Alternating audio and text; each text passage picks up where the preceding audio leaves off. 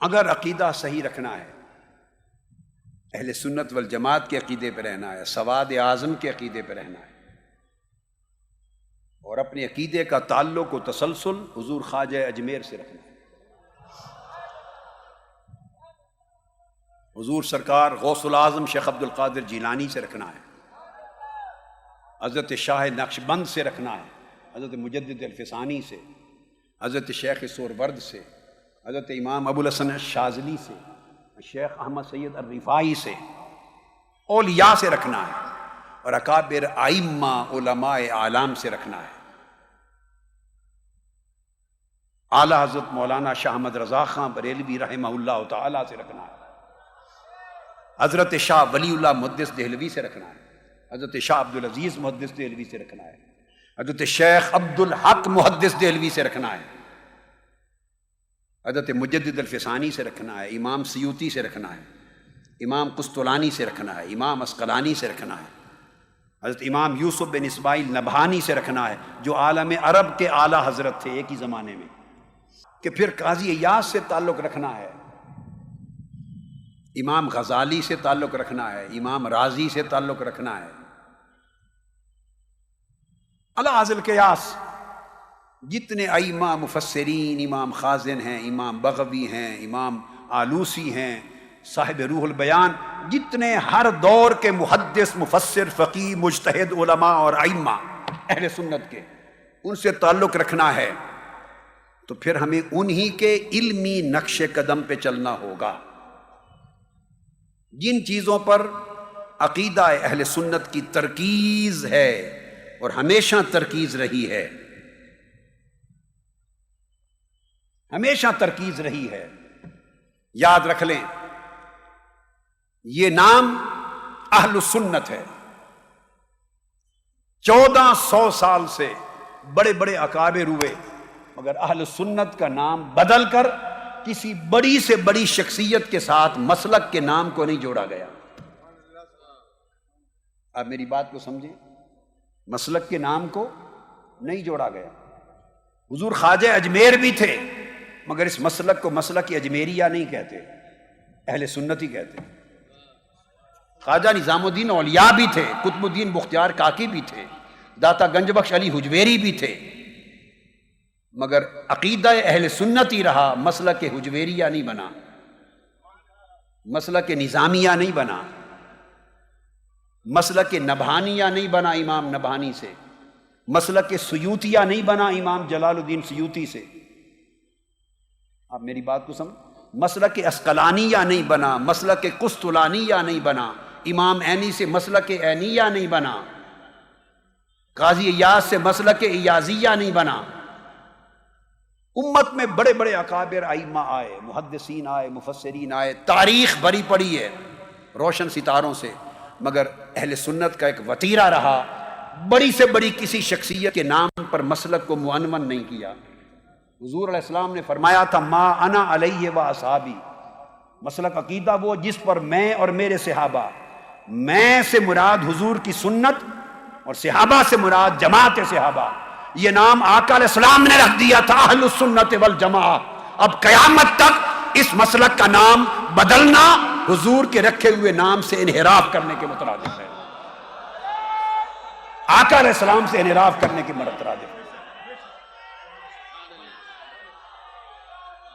اگر آپ یہ کرنا شروع کر دیں، نسبت اساتذہ جو چاہیں آپ کے ہوں، میرے بھی ہیں، شیوخ جو چاہیں ہوں، جس سلسلے سے چاہیں منسلک ہوں، جس مدرسہ میں چاہیں پڑھیں، میں اصول سمجھا رہا ہوں آپ کو انڈیا میں، جس کسی عالم اور بزرگ سے چاہیں عقیدت رکھیں، یہ سب کچھ جائز ہے، مگر مسلک کا عنوان کسی بھی شخصیت، استاد اور شیخ اور پیر اس کے نام پر معنون نہیں ہو سکتا۔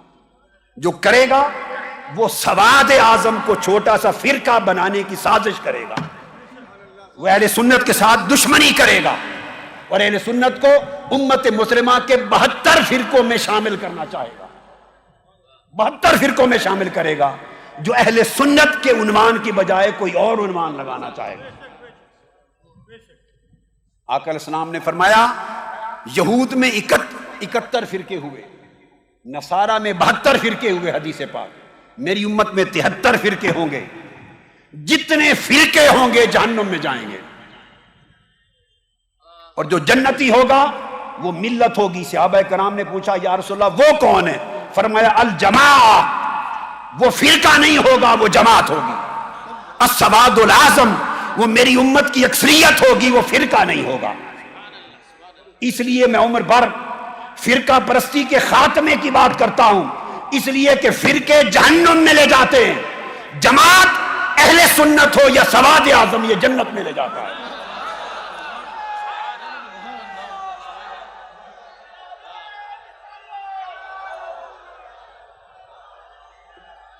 میرے اساتذہ میں اعلیٰ حضرت مولانا شاہ احمد رضا خان رحمۃ اللہ تعالی علیہ بھی ہیں ایک واسطے سے۔ میرے اساتذہ میں حضرت مولانا عبدالحی بحر العلوم مولانا عبدالحی فرنگی محلی بھی ہیں، حضرت مولانا عبد الباقی محدث لکھنوی کے طریق سے۔ تو میں اگر اساتذہ کے نام سے ہم مسلک رکھنے شروع کر دیں تو پھر میں لکھنوی بھی کہلاؤں، کوئی دہلوی کہلائے۔ مولانا ارشاد حسین رامپوری بھی ہمارے سلسلے اساتذہ میں آتے ہیں، پھر کوئی ہم رامپوری بھی کہلانے لگ جائیں، کوئی حیدرآبادی کہلانے لگ جائے، کوئی بیروتی کہلانے لگ جائے۔ میرے اساتذہ میں امام نبہانی بیروت کے تھے، لبنان کے، تو پھر وہ فرقہ مسلک لبنانیہ بن جائے۔ ہمارے اساتذہ میں امام محمد بن جعفر الکتانی ہیں جو امام نبہانی اور اعلیٰ حضرت کے بھی شیخ ہیں، اعلیٰ حضرت کے شیخ ہیں۔ آپ میری بات سمجھیں؟ تو پھر ہم مسلک کو مسلک کی تانیہ کہہ دیں۔ شیخ محمد المکی الکتانی شیخ محمد الفاتح الکتانی ہیں، فاس کے اکابر ہیں، شنقیط کے اکابر ہیں، مکہ اور مدینہ کے اکابر ہیں، محدثین ہیں جگہ جگہ کے۔ تو اگر ہم اپنے مشائخ اور بزرگوں کے نام پر مسلک کو ان کی طرف منسوب کرنے لگ جائیں تو یہاں 1000 مسلک کھڑے ہو جائیں گے اور اہل سنت دفن ہو جائے گا۔ لہذا اہل سنت کی پہچان کے لیے میری پہلی نصیحت یہ ہے ہند والو کہ مسلک کی کوئی نسبت کسی شخصیت کی طرف نہ کریں، نہ کسی مدرسہ کی طرف کریں، نہ کسی پیر کی طرف کریں، نہ کسی خانوادے کی طرف کریں، نہ کسی شہر کی طرف کریں۔ مسلک کی نسبت صرف مصطفیٰ کی طرف اور جماعت صحابہ کی طرف رہے گی۔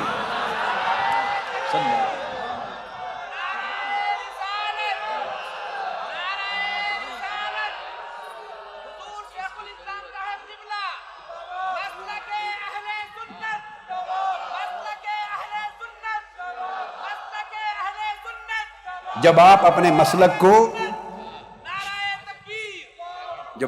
مسلک کو شخصیتوں کی طرف یا مدرسوں کی طرف یا اپنے پیروں اور سلسلوں کی طرف اور شہروں کی طرف منسوب کرنے لگ جائیں گے تو آپ کا سواد اعظم ٹکڑوں میں بٹ جائے گا اور آپ فرقے بن جائیں گے، اور فرقے حضور نے فرمایا 72 کے 72 فرقے جہنم میں جائیں گے۔